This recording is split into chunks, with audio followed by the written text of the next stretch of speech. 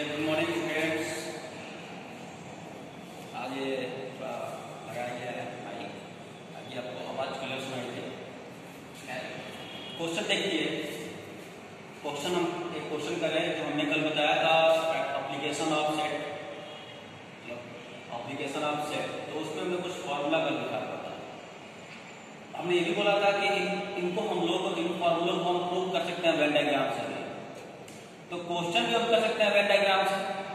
तो कोई एक क्वेश्चन ट्राई करते हैं वेन डायग्राम का सहारा लेकर।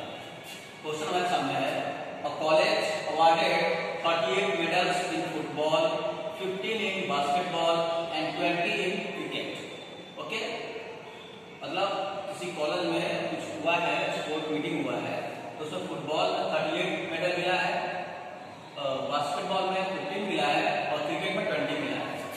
अब कह रहा है कि these medals went to a total of 58 men। इस लाइन का क्या मतलब? if these medals went to a total of 58 men, मतलब ये हुआ कि किसी भी स्पोर्ट में, या तो बास्केटबॉल हो, फुटबॉल हो या फिर क्रिकेट हो, किसी एक में जो मेडल, सब में जो भी मेडल मिले हुए, किसी को फुटबॉल में मिला है, किसी को बास्केटबॉल में, किसी को क्रिकेट में, जो भी मिला है उन सबका सम कितना आ रहा है? 58 आ रहा है। तो इसको अगर एक तरह से कहा जाए कि मतलब किसी न किसी गेम में, या तो बास्केटबॉल, चाहे फुटबॉल या फिर क्रिकेट में, कितना टोटल मेडल डिस्ट्रीब्यूशन हुआ है? 58। ओके, अभी इसको हम सेट के रूप में कन्वर्ट करेंगे। अगला बात, only 3 men got medals in all the 3 sports. केवल 3 लोग ऐसे थे जो तीनों में मेडल पाए, मतलब फुटबॉल में भी, बास्केटबॉल में भी और क्रिकेट में भी, तीनों में पाए। तो क्वेश्चन क्या पूछा जा रहा है आपसे? How many receive medals in exactly 2 of the 3 sports. Exactly 2, केवल किसी 2 में। अब ये नहीं बोला, मतलब क्या? एग्जैक्टली 2 ऑफ द 3, मतलब ये कि हो सकता है कि फुटबॉल और बास्केटबॉल में मिला हो, क्रिकेट में ना मिला हो, या फिर फुटबॉल क्रिकेट में मिला हो, बास्केटबॉल में ना मिला हो, या फिर बास्केटबॉल क्रिकेट में मिला हो, फुटबॉल में ना मिला हो। तो ये जो संख्या आएगी टोटल, वो कितनी आएगी? तो देखिए, पहले हम क्या करें, इनको थोड़ा सेट से डिनोट कर देते हैं। इसको let F is equal to, मान लो the set of men who received medal in football. B मान लीजिए आप the set of men who received medal in basketball. C मतलब वही क्रिकेट में। ये हमने FBC 3 सेट डिनोट कर दिया। आप ABC भी कर सकते हो, बट ABC डाल के नहीं है कि हमको थोड़ा सा क्लियर रहेगा कि F मतलब फुटबॉल वाला, B मतलब बास्केटबॉल वाला, C मतलब कि क्रिकेट वाला। ऐसे ही अगर आगे कोई और प्रॉब्लम मिलेगा आपको, तो ऐसे आप नोशन करिएगा। दूसरी बात, हमें फाइंड क्या करना है, उस बात को अलग लिखिए। We have to find number of people who got medals in exactly 2 of the 3। ये हमें निकालना है। तो हमने क्या लिख दिया बाय डायग्राम, ये चीज, और इसको समझ गए आप वेन डायग्राम।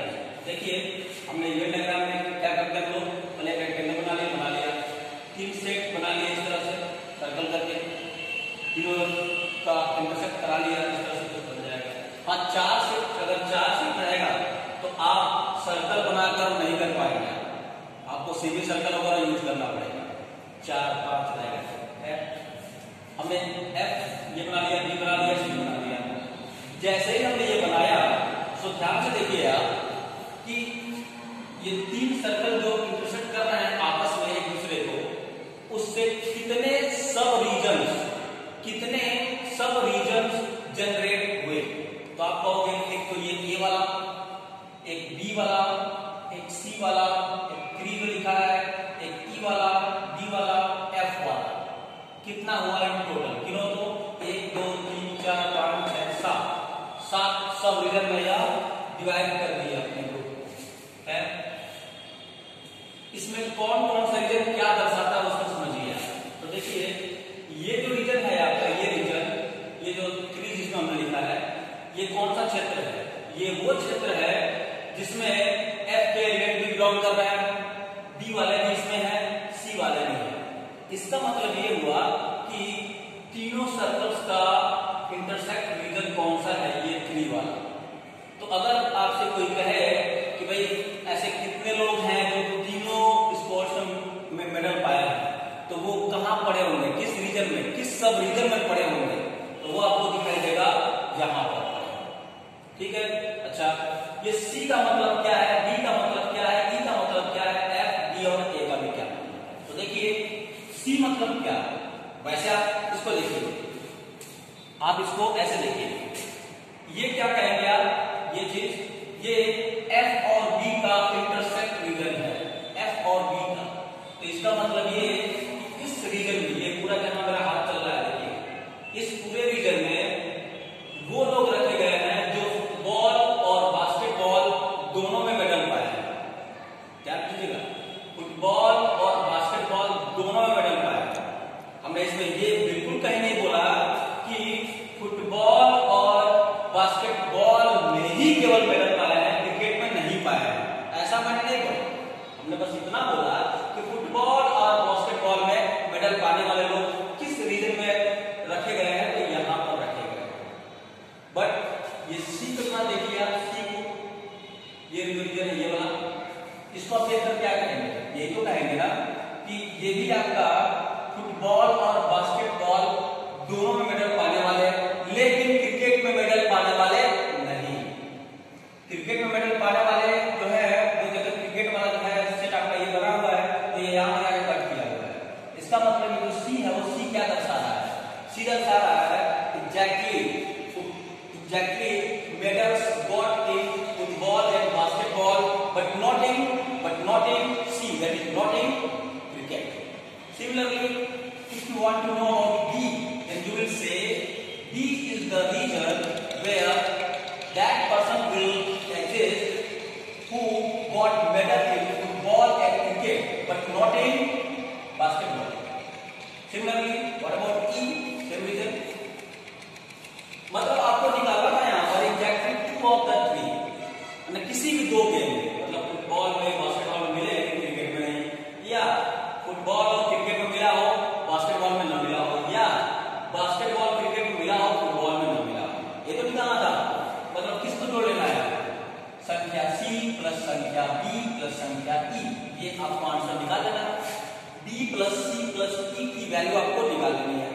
अब कहोगे कि b प्लस सी प्लस ई की वैल्यू कैसे निकलेगी, तो आपके पास है या तो आप अलग से c निकाल लो, अलग से b निकाल लो, अलग से e निकाल लो, तीनों को जोड़ दो आंसर मिल गया। अगर संभव नहीं हो निकालना, अलग से b निकालना, अलग से e निकालना, अलग से c निकालना संभव ना हो तो कोई बात नहीं, एक ही जगह पर अगर हमें b प्लस सी प्लस ई की वैल्यू पूरी तरह से मिल जाए तो भी हमें कोई एलर्जी नहीं है। हमें बस टारगेट अपना क्या है, हमको ये चीज की वैल्यू चाहिए। अब वो आप अलग अलग बी सी ई निकाल कर करो, अच्छा एक ही साथ बी प्लस सी प्लस ई निकाल लो, ठीक है, ये चीज हमें निकालना है। अब देखिए इसके बारे में क्या कहोगे, वैसे ए के बारे में, ए और एफ और बी, ए क्या है, ए उन लोगों का कलेक्शन है, ये जो रीजन है आपका सब रीजन, ये उन लोगों का कलेक्शन है जो लोग केवल फुटबॉल में मेडल पाए हैं, जो लोग केवल फुटबॉल में मेडल पाए हैं, मतलब कि वो लोग बास्केटबॉल या फिर क्रिकेट में मेडल नहीं पाए हैं। सिमिलरली व्हाट अबाउट डी, तो D is the region where that person will lie who got medal only in basketball but not in cricket football. Similarly F के बारे में केवल सी वाले, मतलब केवल क्रिकेट वाले। ओके, अब देखिए तो वही हमने आपको देखा है कि एग्जैक्टली 2 ऑफ द 3 आपको निकालना है, मतलब बाय डायग्राम क्या निकालना है, b प्लस सी प्लस ई की वैल्यू निकाल लेनी है। अब देखिए इसको कैसे निकाला जाए, तो क्या दिया हुआ है, पहले college awarded 38 medals in football, मतलब कि number of medals got in football is equal to 30। This is not only case, only football वाला बात नहीं बोल रहा है फुटबॉल में कितने लोग मेडल पाए हैं, 38 लोग। अब इसका मतलब ये निकल के आ रहा है कि हो सकता है कि इस 38 लोग में कुछ ऐसे लोग भी होंगे जो क्रिकेट में भी मेडल पाए होंगे साथ साथ फुटबॉल वाले के, बास्केटबॉल में भी मेडल पाए होंगे साथ साथ फुटबॉल के भी, ऐसा बहुत लोग होंगे, हो सकता है मुझसे मतलब नहीं है। NF is equal to 38, so NF को बोल सकते हो कैसे मिलेगा, NF आपका देखिए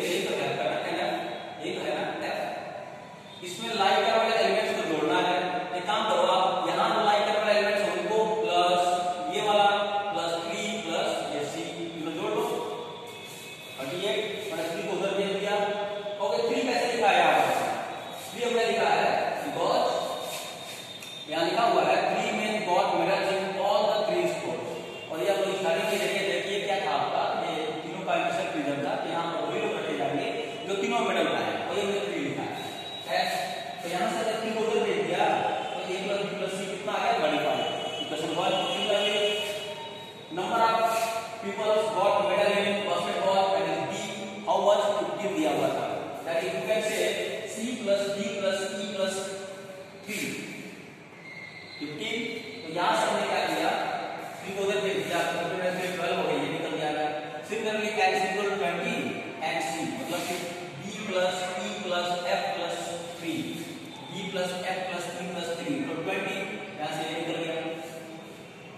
अगला इसका क्या यूज करेंगे, if these medals went to a total of 58 में, पहले हमने बोला कि 58 लोग ऐसे हैं जो किसी न किसी स्पोर्ट में मेडल पाए हैं, मतलब कि F union B union C में लाई करने वाले एलिमेंट्स की संख्या कितनी है, तो 58 है। ये हमको दिया गया 58।